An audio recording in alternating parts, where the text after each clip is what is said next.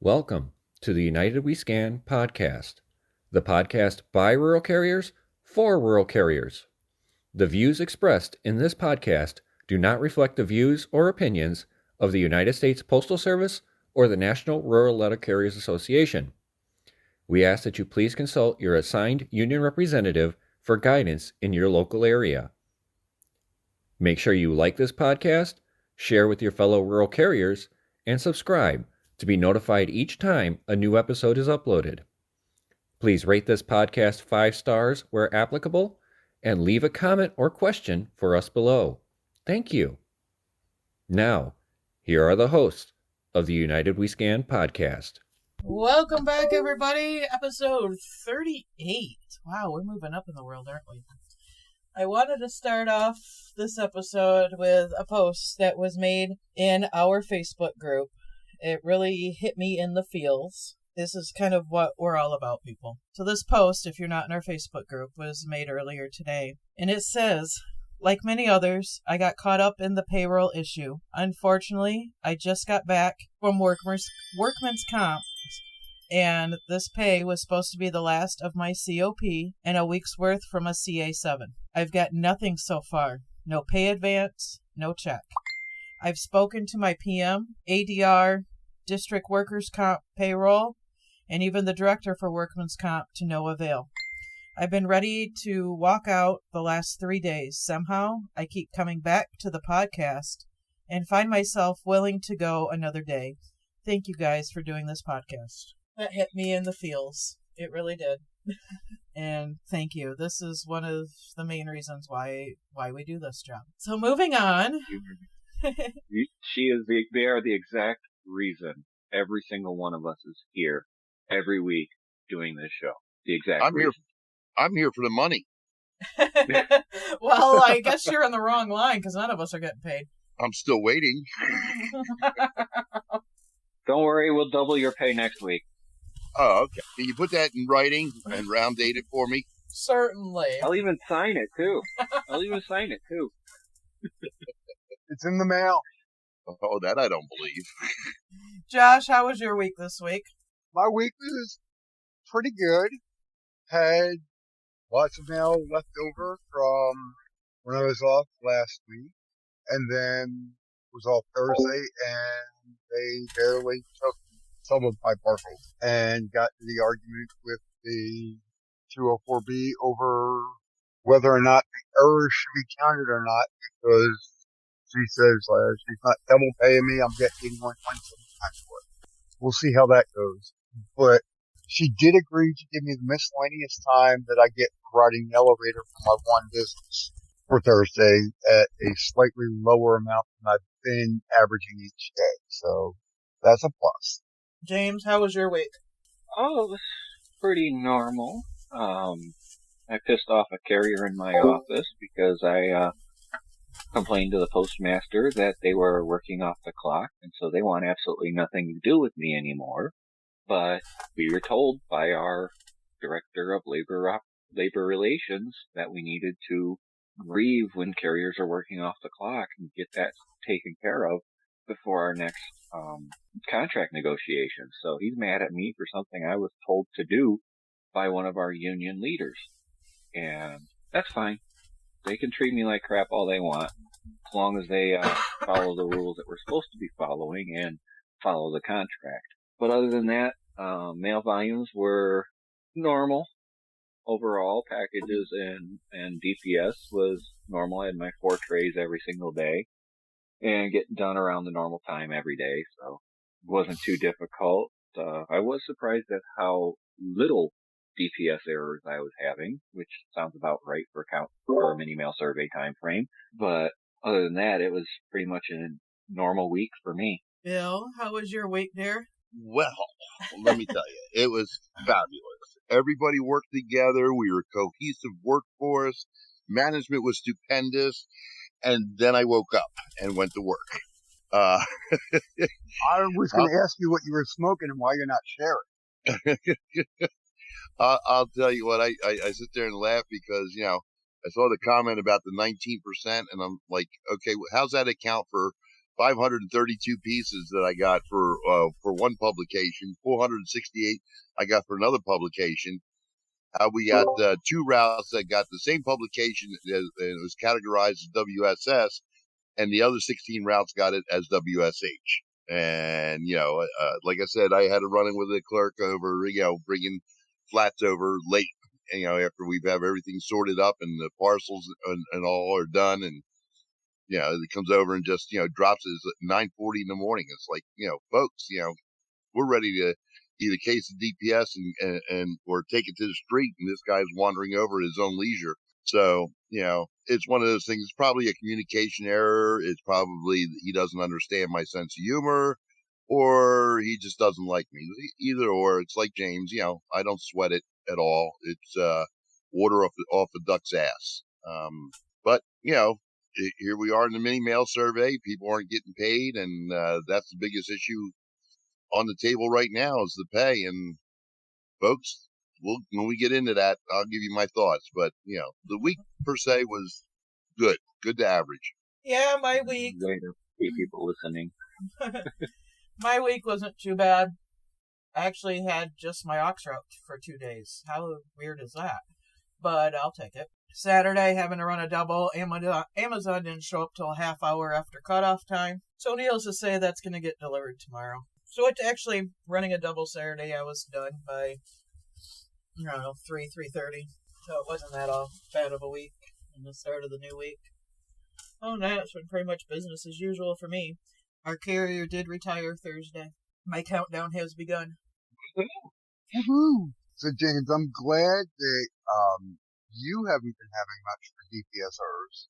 Two days this week, I had at least one tray where it looks like after they loaded the tray, they just picked some of the mail up and let it drop where it landed in the tray.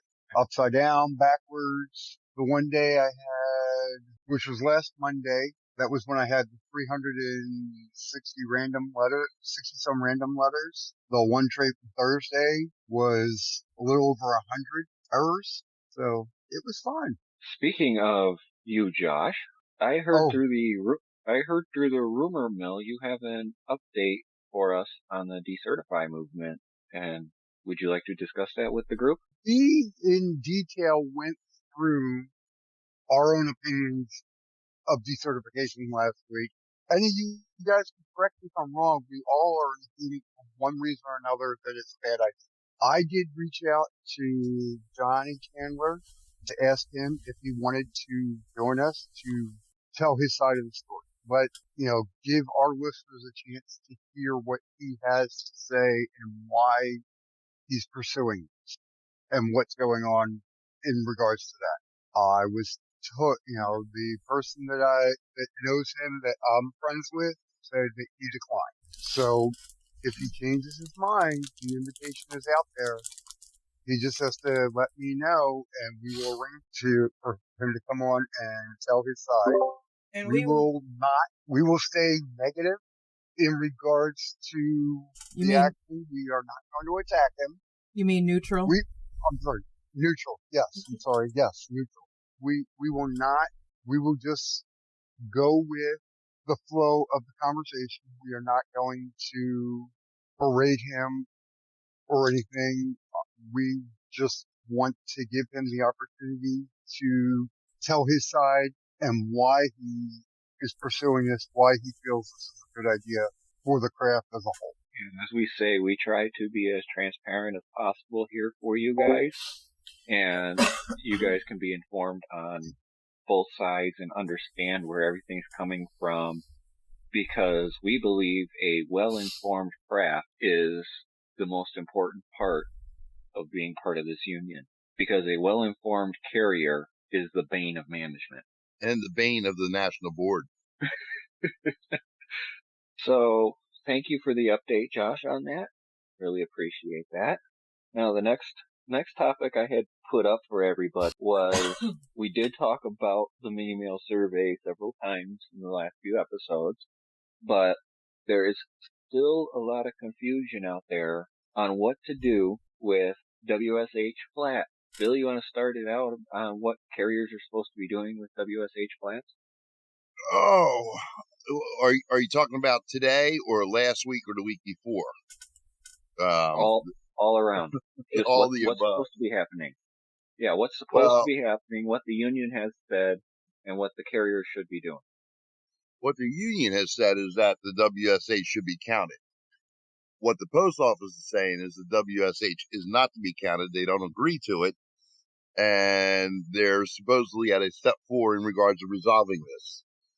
Unfortunately, step 4s have not gone our way lately. What I've told my entire office is that you count everything that you get. If it's a bundled flat, you count it. If there's WSH in there, count it a second time. If you're getting nonlinear mail, count it. If you're getting clerk mail, count it. If it's WSH, you're not to enter it into the scanner, but keep track of it for your mini mail survey disputes. We have the 19% added in there per the engineers in regards to flats, but I don't see how 538 pieces out of my 629 house route equals 19%. Okay. Neither does the 432 pieces I got the next day. So, ladies and gentlemen, track your WSH, track your bundles. If the WSH is in the bundles, segregate them again and count them separately, okay? Because you may get credit for them at the end of the mini mail survey disputes. That's not to say that the mini mail survey disputes from the last mini mail survey have been resolved, as they have not been in my area. But if you don't document it, you can't get credit for it. As of now, WSH is not being credited by the post office. Keep track of it for your own records. I agree with Bill. I think he said it the best. I can't add anything to that. Yeah, me neither. I'm good there. All right, the next one, part of the mini mail survey in 52 weeks, the unscanned parcel. Still a lot of fights going on over that on the social web. So anybody want to take that one? Ooh, me. Go for it, dude. Anybody? Go ahead, Bill. Go ahead. Ladies and gentlemen, if you can't stick it into the case, if it doesn't go into the partition for your mail slot without you manipulating it, guess what? That's an unscanned parcel. Carrier discretion, of course. I don't manipulate my flats. I don't manipulate my letters when I put them in the case. Ergo, henceforth, hitherto, it's an unscanned parcel. If I get what are the catalogs? The Granger catalogs, or one of the office supply catalogs, and I have 1-inch separations from my addresses, and I have mail in there, and the catalog does not go into the separation with the mail, and the flats that are already in there, it's an unscanned parcel. Carrier discretion. They can argue all they want, but if it doesn't fit in the case, like O.J. Simpson says, if it doesn't fit, you can't convict. So, if you can't get it into the case without manipulating it. I think it was, if it doesn't fit, you must acquit. Nah, I thought it was, you can't convict. Same thing. Either way, he got away with it. So, ergo, you can get away with it. Now, I'm going to back up what Bill said, because it's a rigid article, most likely, that you're going to have an unscanned parcel on. That's not going to fit in the case. If it says do not bend, things like that. But they're also arguing that, well, it's a flat because you guys don't actually have a standard for what a parcel is anymore.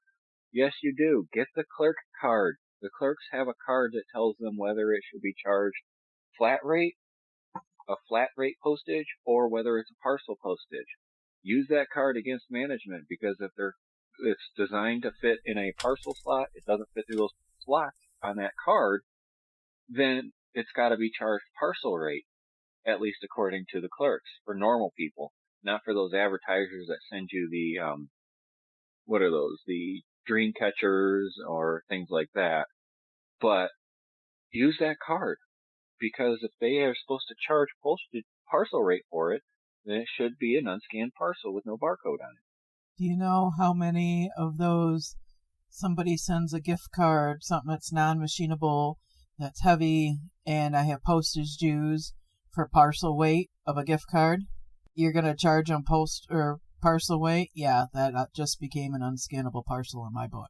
Another tricky one is the square letters that have an item in there which makes them non-machinable, and they're charging them a parcel rate because they have to be hand canceled. Yep. That should also be considered an unscannable parcel. If they're charging them parcel weight, that's a parcel. Yep. Show me the money. Discretion. Carrier discretion. Carrier discretion, yes. Well, I had these Oceana cruise boat binders, whatever they were, and they just wouldn't fit into the case. Okay, I mean, I could bend it at the top, and you could hear the cardboard binding in there pop and crack. So guess what, folks? To me, that became a parcel, unscannable parcel.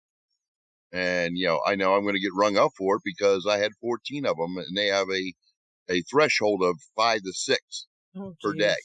And not that I know that by heart, but that's their threshold is 5 to 6 a day per route. And guess what? When they question me, I'm going to say exactly it didn't fit in the case. I couldn't bend it without breaking it, destroying the item. And the same way with diplomas or pictures. I mean, you get those pictures that are coming pre-sorted standard, and it says "do not fold," and it's somebody's baseball picture or their K school pictures and stuff like that. I mean, who's got the heart to bend them up and put them in in the mailbox? Even I don't.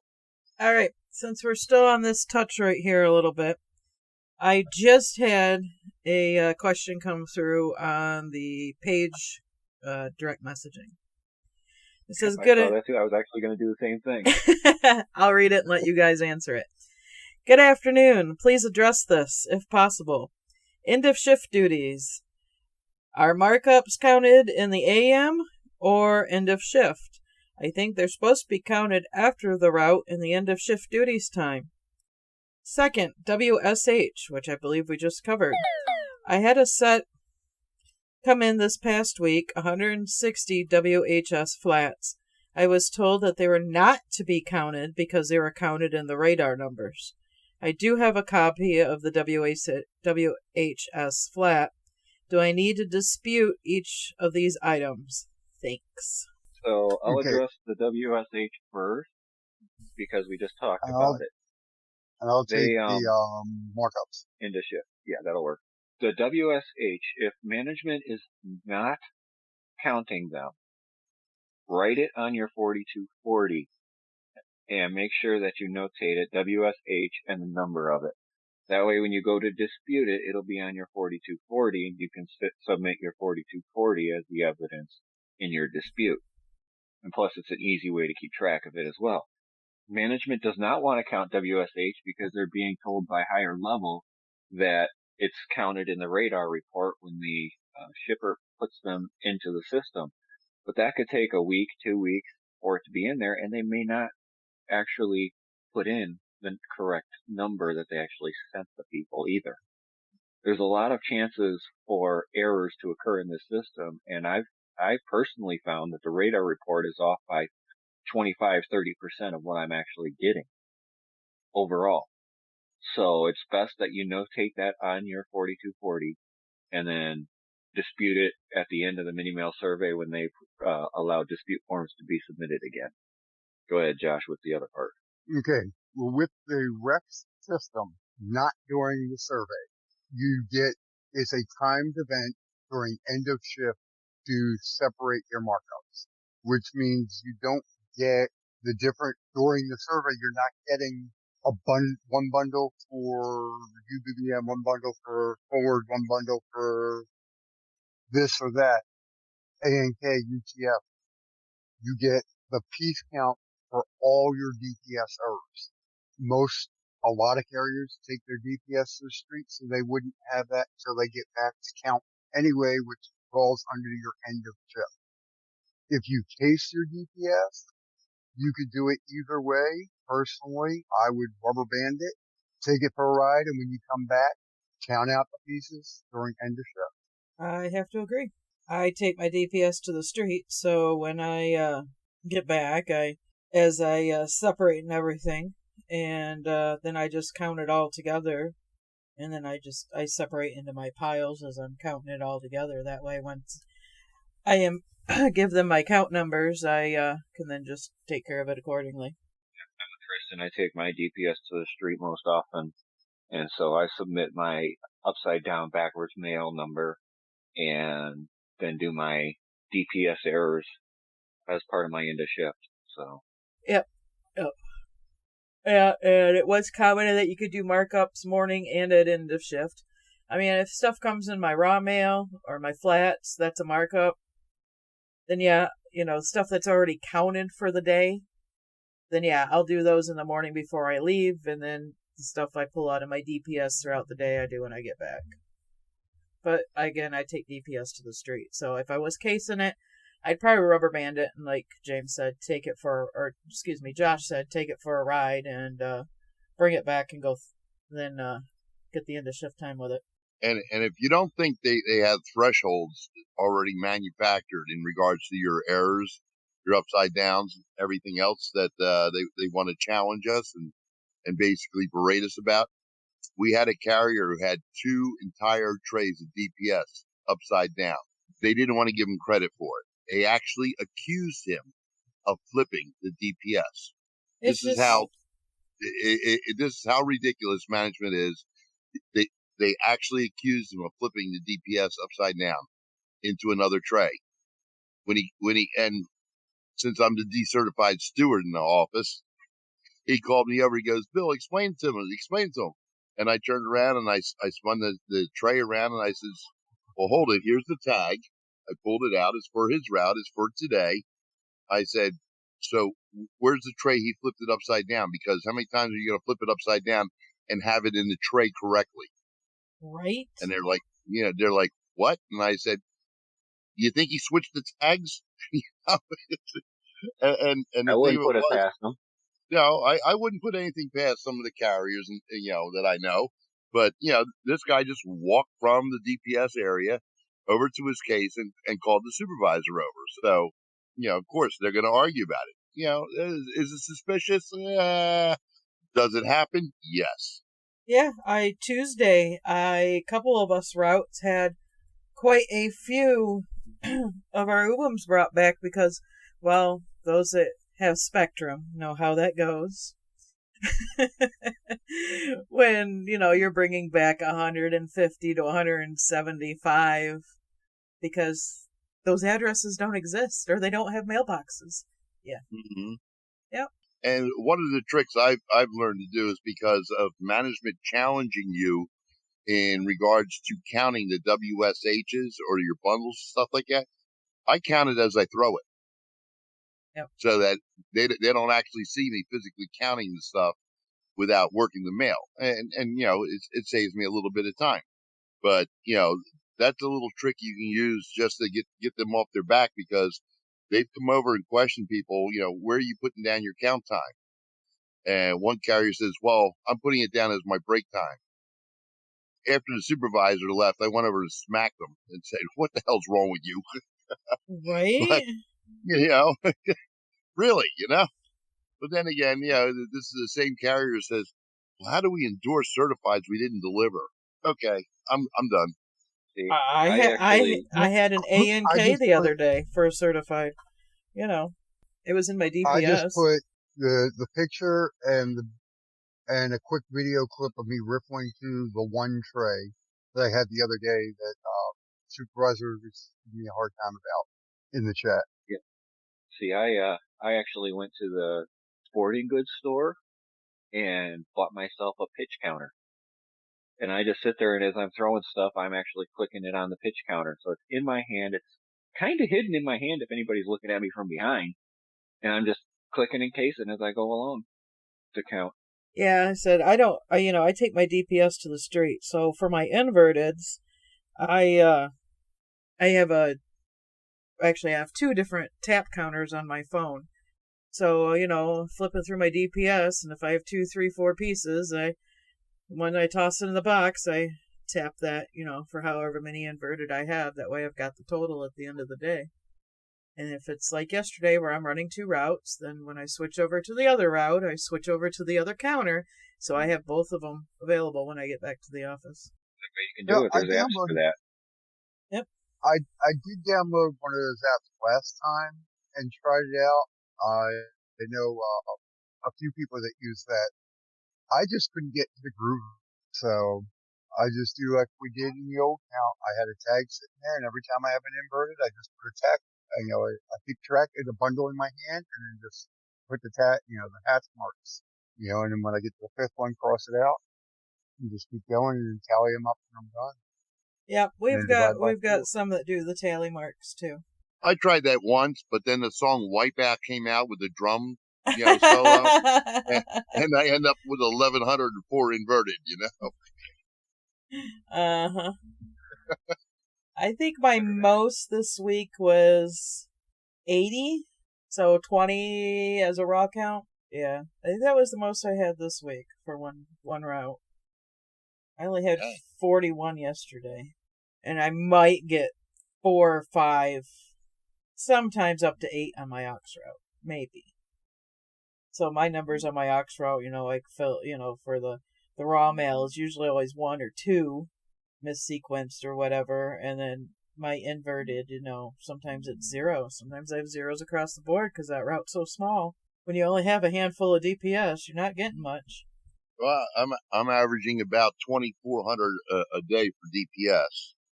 Got a high of 3,500 on Monday and a low of 18 on Saturday.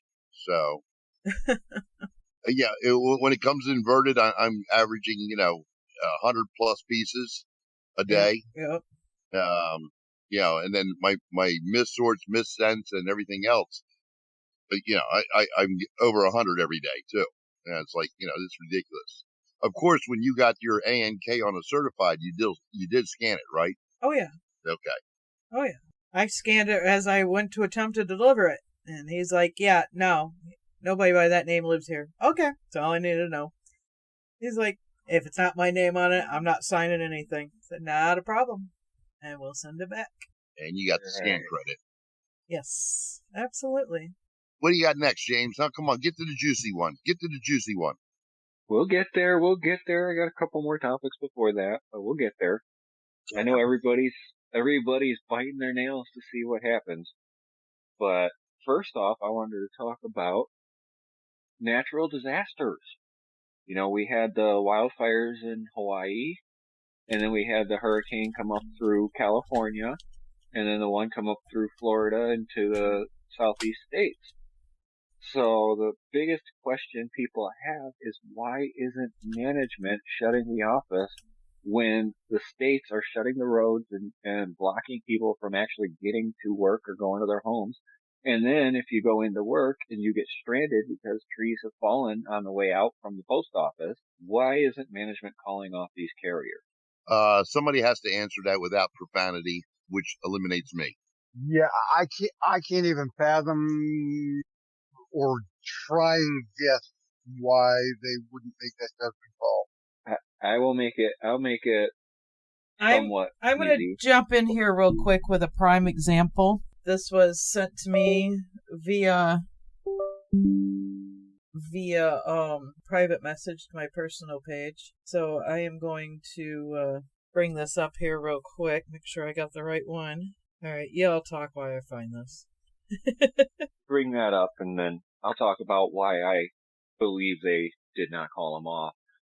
And one of the biggest things that I've heard at any time dealing with natural disasters or weather-related issues is they want to see if one carrier could make it in, then they don't have to pay any of the carriers that say, I can't come in because of the weather. So they turn around and they say, well, we're still open, we're still throwing mail, we're still doing this, we're still doing that, to see if carriers will risk their safety to go into the post office to do their job. It's a way to save on payroll, because if they actually call the people off, they have to pay the people. Yes. They have to pay the regular carriers. They have to pay the clerks. They have to pay everybody. But if one person makes it into that office and everybody else says, no, it's too dangerous, the people that said, no, it's too dangerous won't get paid. The carrier that showed up will. So it's a carrier discretion. Your safety is the most important thing. Remember, like Bill says, You're the most important delivery of the day. Make sure you get home to your family safely. But there are some postmasters that will call up their district manager and say, hey, we have a hurricane coming through and they're closing all the roads around here.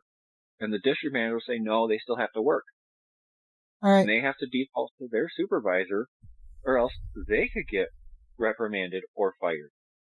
So there's a lot of intricacies to it. So go ahead, Kristen. All right. So this is what came to me. It says, Christian, so this is a carrier out of Florida. Survived the hurricane, but had to go into the office against my better judgment, just to be turned around by officers because Main Road wasn't passable. We had to scan all packages out on the street as delayed due to weather. Returned to office, cased up today's mail, then ended tour. Pulled rejects, holds, etc. out of DPS. Got a count. Now what happens? This is such a mess. Not real sure we'll be able to deliver 100% tomorrow. Lots of trees and power lines down. Turned real bad, real fast. Has to be one of the dumbest decisions in my 28 years a post office has ever done. Please advise. I'll let you guys take that, and I'll be right back. Now that you've had a chance to think about what you wanted to say, can you do it, Bill? This is one of them situations where, if management told me to take the parcels out in the street to scan them and bring them back, I'd get in trouble real fast and explain to them that, I'm not falsifying the information, period. If they want me to do that, then I'll have them put it in writing, sign it, round date it. But I'm not going out on the street, outside the geofence of the post office to scan parcels because of a natural disaster or weather-related event.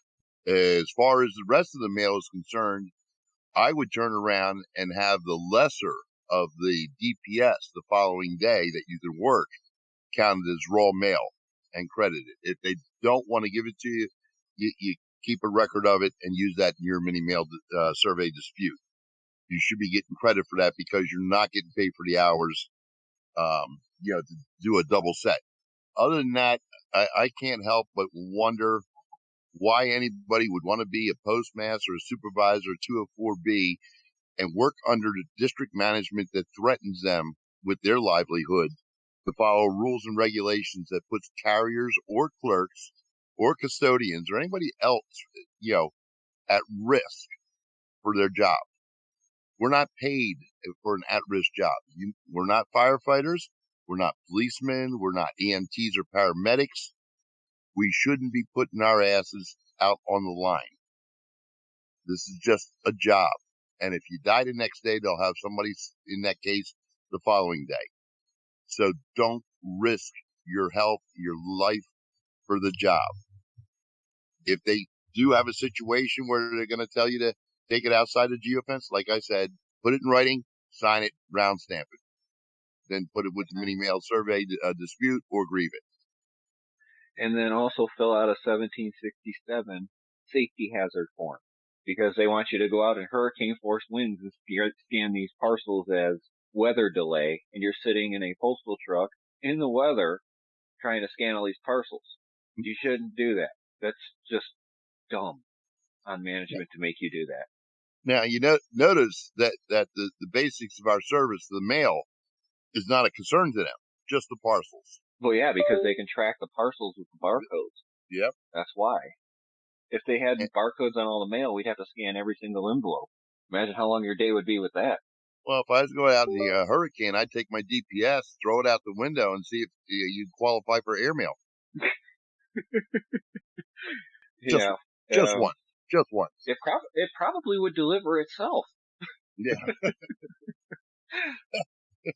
But, so one of our listeners just posted a question. On Wednesday, we had no mail except newspapers due to the hurricane. We went home at 10 a.m. It was commented that the mail would balance out the rest of the week. The mail Thursday and Friday was just usual average mail. Can anything be done? Well, no. We don't know what the plants are doing. Yeah. They're one of those mystical little beings that we know nothing about. Even management doesn't know what the plant does. But hopefully it will eventually all flow through. but I'm sure there were delays and things like that, and they're probably holding trucks and stuff like that, so we don't know exactly what's going on at the plants, but hopefully eventually that mail will get through. And then another person asked, does management get paid regardless if they show up or not during a national disaster? Yep, they get paid. They could Their be salary. at home. Yeah, their salary. They could be at home and get paid for it. Somebody Sure, said, sure. to the response to the Wednesday one, it'll come in after mail count. I'll bet my $0 check on it. I'll put So, my $0 check up on it. there we go. All right. Now, before we get into that, we're going And to talk. to what you were saying about with that mythical place, hasn't The black anyone hole? taught you? Yes, What? that's it. Hasn't anyone taught you the plant can do no wrong? Oh, yeah, I know. Sorry, I'm off my soapbox now. So, before we get into those $0 paychecks, there's one last topic I had listed. There are a couple more topics I had listed, but first one is UPS and UAW and what that means to us. So the first thing I'm going to do before we get into talking about this is talk about 39 United States Code, subsection 101. Specifically, section C, as an employer, the Postal Service shall achieve and maintain compensation for its officers and employees comparable to the rates and types of compensation paid in the private sector of the economy of the United States. It shall place particular emphasis on opportunities for career advancements of all officers and employees and the achievement of worthwhile and satisfying careers in the service of the United States. So UAW and Ford had a contract put in front of them. Ford presented a contract to them. We posted it on the group and on our page, and UAW turned around and placed it in the circular filing bin next to their desk because it wasn't good. And many of our listeners have commented that it wasn't good, and we agree with them. But what this means is the UPS, UAW, and others that are having their contract negotiations right now can benefit us in contract negotiations as long as our union stands up and fights for what's right for us. So we need to keep monitoring these contract negotiations amongst these other private companies to see if we can benefit our contract starting February. Your thoughts, Josh? As much as I agree with you, unfortunately, we got to look a little closer to home and see what they offer the NALC. Agreed. Because I'll guarantee we won't get much more than them. That's I'll just bet- my I'll bet personal you your- thought. I'll bet you your $0 check on that too. And given the You can have my issues $0 that check. NALC has been having with their upper echelon, I don't think they're going to get much. You can follow along at From A to Arbitration podcast. Hear what's going on over there. Bill, your thoughts? My deepest concern is that being a government agency, that even though, you quoted a very logical section in regards to paying us compensatory with, private industry, that the argument is that, we're not private industry. I would then argue, well, how do these people go in as senators and come out 20 years later as multimillionaires? They go in broke and come out multimillionaires. My personal thought is that we are operating from a very weak position as a union to negotiate.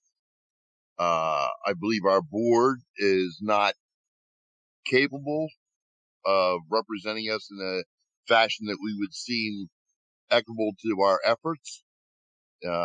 Everybody's forgotten about the 2 years of COVID that, we suffered through, and everybody, basically sweated through, putting their lives and their families' lives in jeopardy, taking care of the country. But I digress. I don't have any faith in our national board. So therefore, I don't expect much, regardless of what the NLAC does. To me, it's a situation where we're going to go 1-1-1, and, get our COLA, keep our COLA, and everybody should be happy about that. I just think everybody that's involved in our podcast needs to get their case neighbors involved, get their friends involved that they are union friends with, non-union friends, get them involved. We need everybody that's in this union, in this craft, to step up and make a choice when they bring this contract down to us. Because that is your money they're messing with in this contract. And you need to be involved. Just like I said, the other podcast, I'm challenging everybody to get involved, because that's our only way of making sure that we get what we need in this next contract. It's the only way to ensure that we get what we need out of our national board and out of this union as a whole, is participation. But weren't the past 5 years all just easy money for us? Yeah, they didn't have to spend any money on national conventions. But wasn't that in a statement put out by our none other president of the union when he was talking about the how easy we had it the last 5 years since the last mail count before Rex went into effect? And the rapid decline in volume, and on average across the country it was only 2.8 hours lost. But we had it so easy. But wasn't COVID right in the middle of that? And I'm sorry, the level of packages that we still have today on a daily basis, it was Christmas levels prior to COVID. So don't even tell me about how easy we've had it.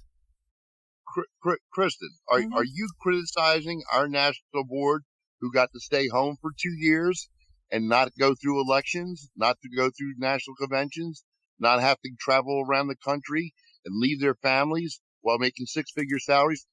Are you suggesting they had it easy? Absolutely. Oh, okay. They may have had it easy, but every damn carrier in the office with their boots on the ground did not have it easy. Well, maybe they were confused. Mm-hmm. Well, they didn't want to drive the 320 miles to deliver their route. Oh, to Sonora, California? Sonoma. Yeah. Oops. They left it on the subs. 2 subs a day to run their route. There is 4 vacant routes in that office. And there's only 4 RCAs. Now we get into the elephant/mastodon, since we only have one this time, of the room. No, his name's Maston. Are we digging the rabbit hole? Let's talk about the pay shortage that just occurred. Now, I've gotten it through multiple sources that the reason why this pay shortage happened was because when they were trying to upload RMSS to tax, which is apparently their payroll system, they took tax offline. The computer system was getting an update when the rural paychecks were going into them. Now, I don't know what IT department you have running up in the national office, but I'm going to tell you that when you're messing with payroll, you should probably do it on a week when payroll's not being pulled. You should do it the week prior or the week after, not the week that it's happening. Not the day it's happening. Not the exact day that everything's being pulled into that system and needs to be pulled into that system so carriers can get paid. You made a dumb mistake. You made a rookie mistake. And I mean, considering you're using a system that was probably built in the 80s to run this stuff, you should know better. All right. That system's been around long enough. You should know better. I'm going to ask amongst the 4 of us who all was affected by this. I was. I wasn't. I was not. All right, so we're 50-50 right here. 2 for 2. I was affected as an RCA. I received a partial check.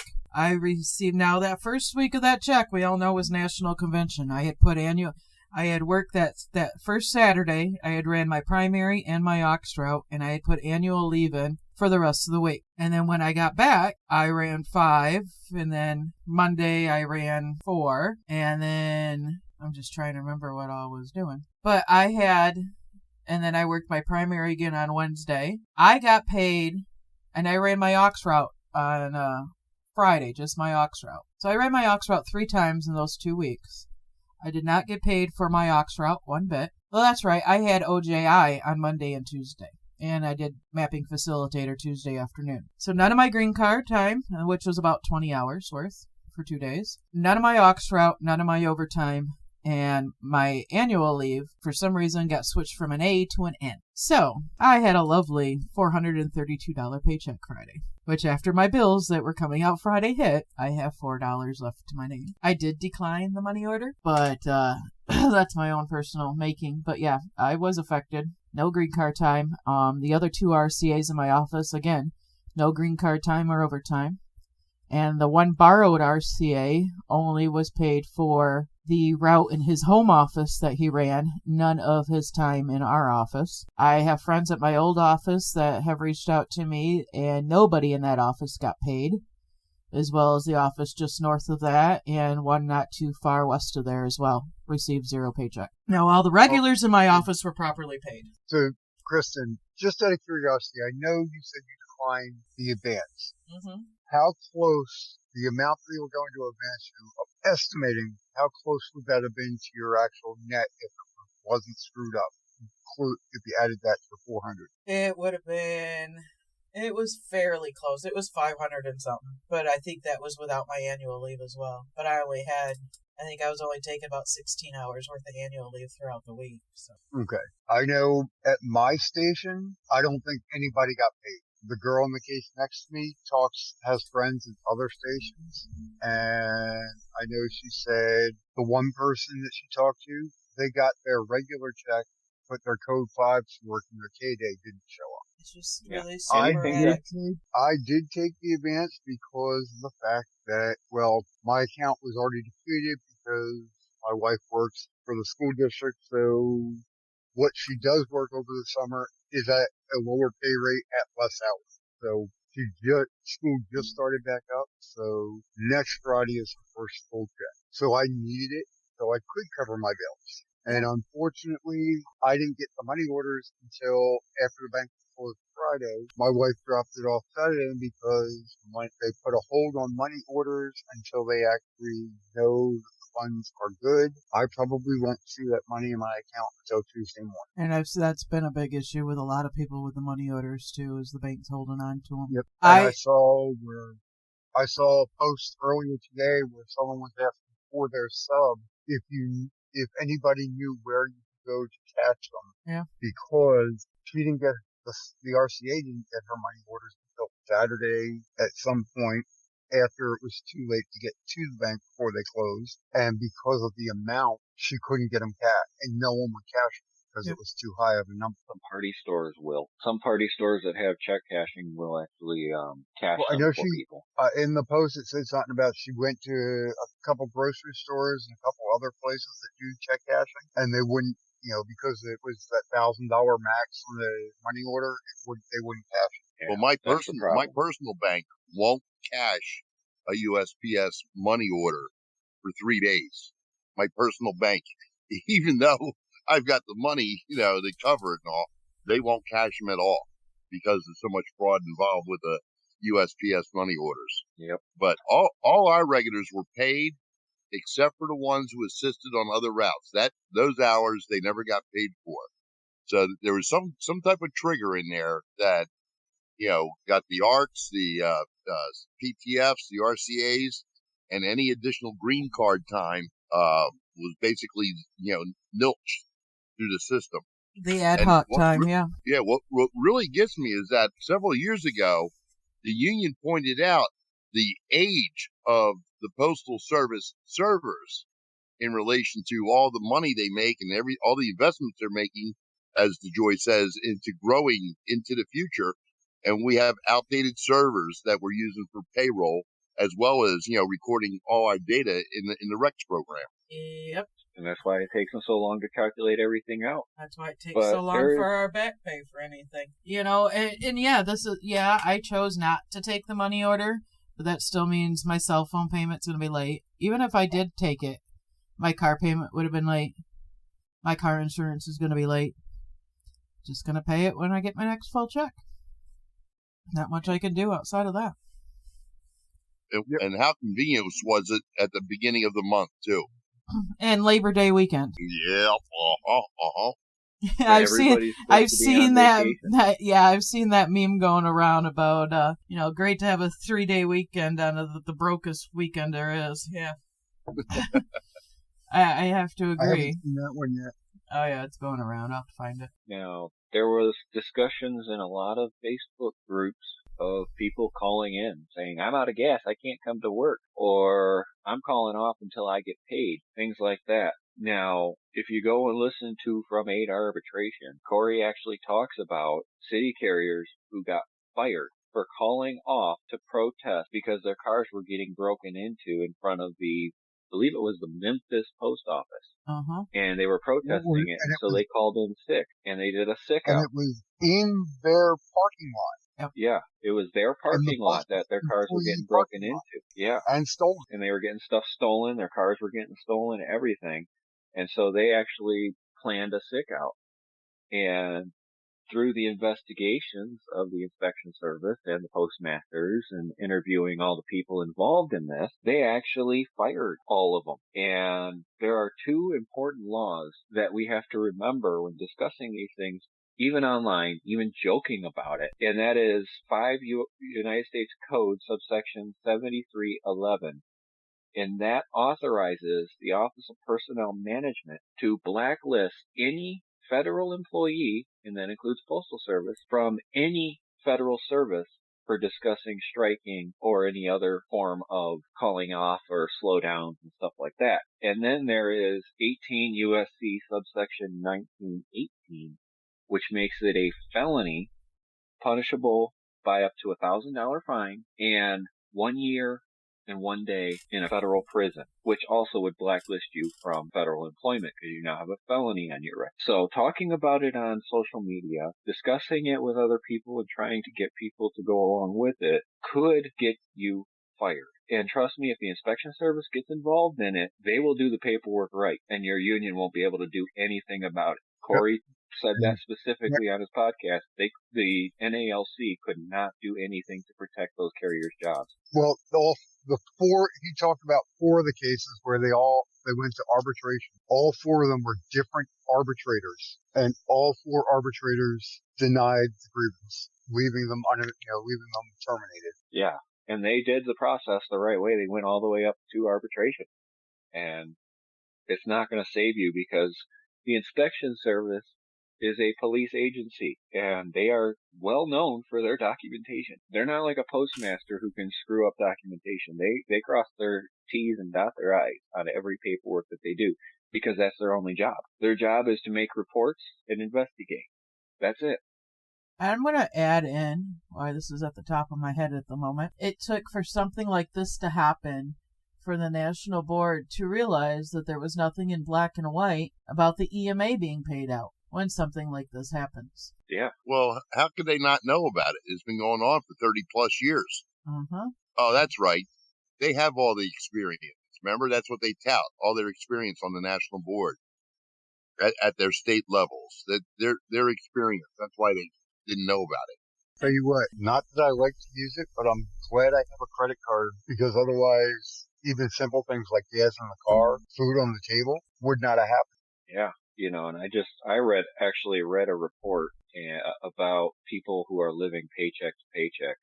And the interesting thing about it is that in our pay bracket, those earning less than $50,000 annually are 78% of the population. And those that are earning 50 to 100,000, which is where a lot of your regular rural carriers are, 65% are living paycheck to paycheck across the nation. Now, when you jump up to more than $100,000 annually, it's 43%.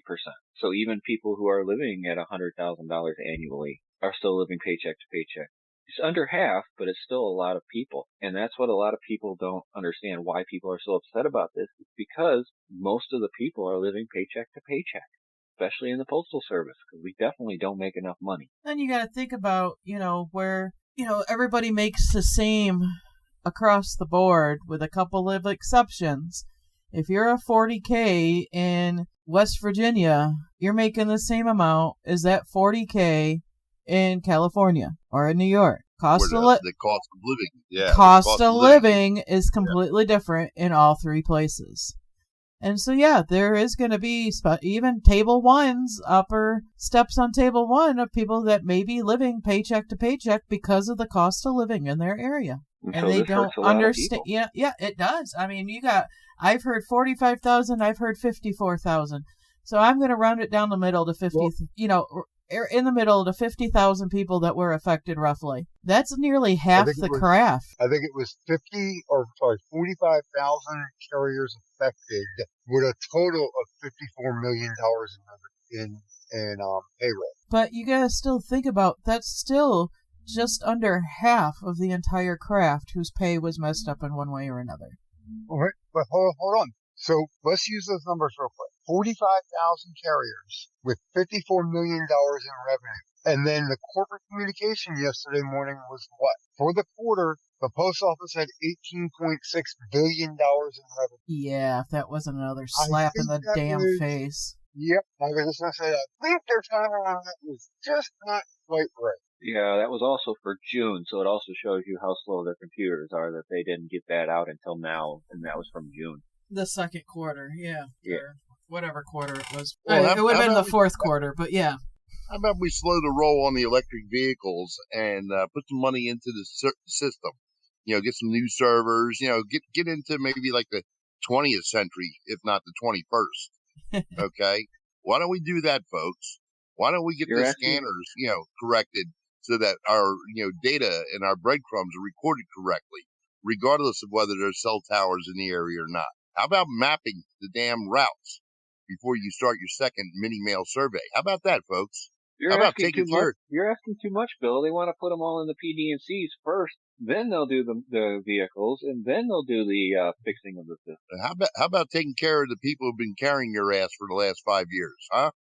How about that, folks? Yeah. Hey, Bill, did you see this comment? It's directed to you. It says Microsoft 95 still works great. Oh, I got to get that update.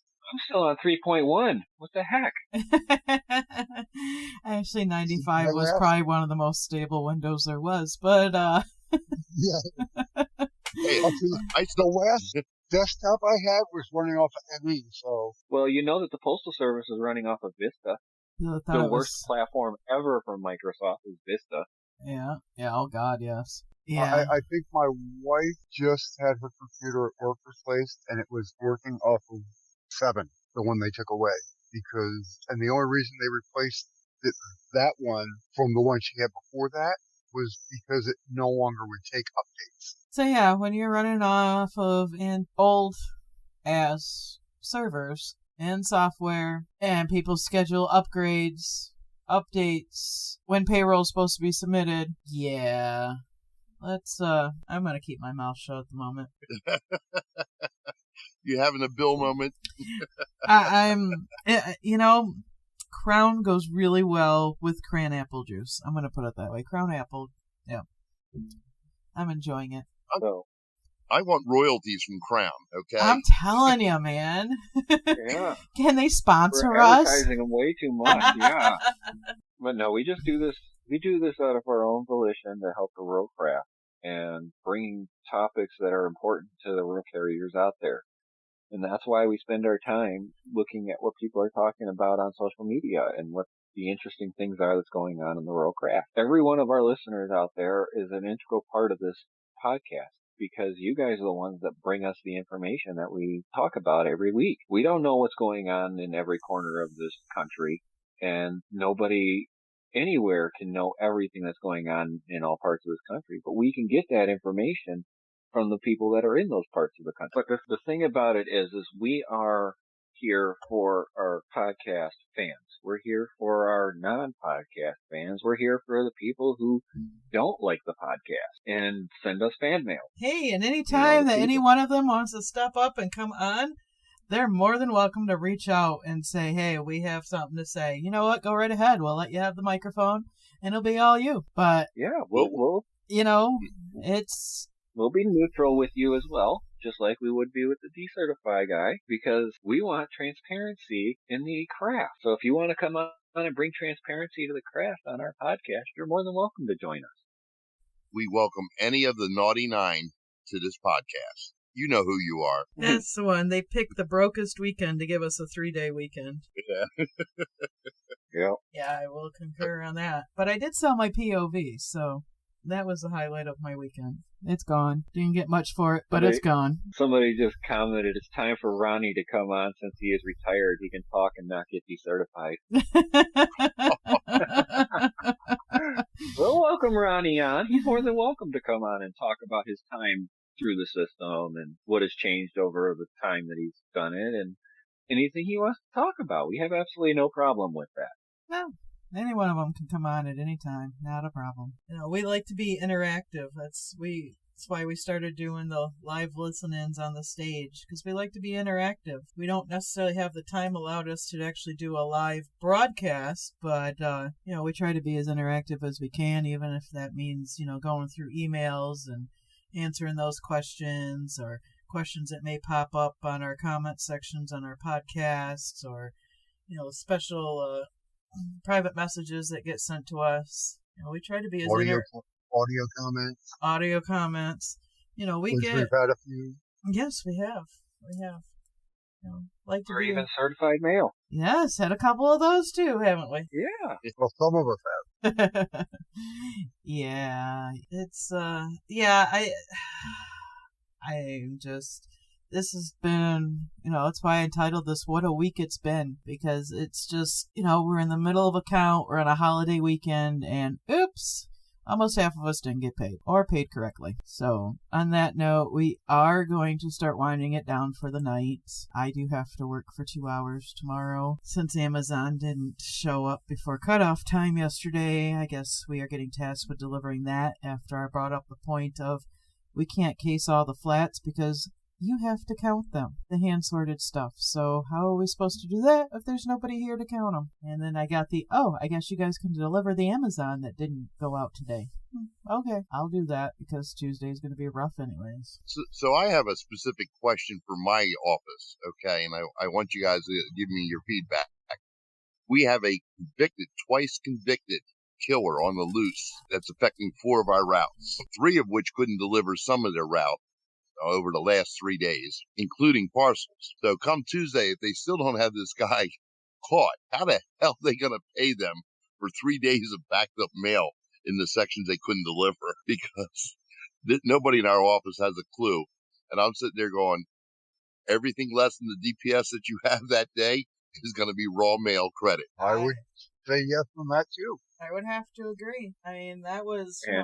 I had a couple weeks ago where they had the fugitive for Florida loose on my route. I had no clue other than seeing the 2 state cop cars inconspicuously parked off on one of the side roads and noticed that they were wearing camo. And I'm like, oh, they must be looking for somebody. And everything went down after I was done with the route, but they literally apprehended the guy on a foot chase in the backyard of one of my customers. And he was one of the most wanted guys out of Florida. Now, the most discerning aspect of this whole situation, the guy actually was gone for 4 hours before they noticed him missing. Then they put out alerts to everybody. How many MDD scanner text messages do you think management sent to the city and rural craft that were in that area? None. Damn. You're good, James. None. And that would have been one an damn acceptable. That would have been an acceptable message on the Emergency message. Absolutely. Exactly. Yep. Absolutely. emergency safety message. Yes. Not the one that says there's a parcel on your case when you get back, Yeah. but an escaped double murderer. This guy is wanted for murder in Brazil, his home country, as well as up in Phoenixville, Pennsylvania. And they sent no alerts out whatsoever. Imagine getting a phone call from a carrier saying there's 7 guys walking around with full body armor, AR-15s, and sidearms looking for this guy. And nobody at the post office had a clue. Yeah, we had that too. But like I said, it was after I went through there. But still, some sort of notification would have been nice if I'd seen the guy running through somebody's cornfield. I could have alerted the 2 state troopers that were sitting there looking for him, waiting for him.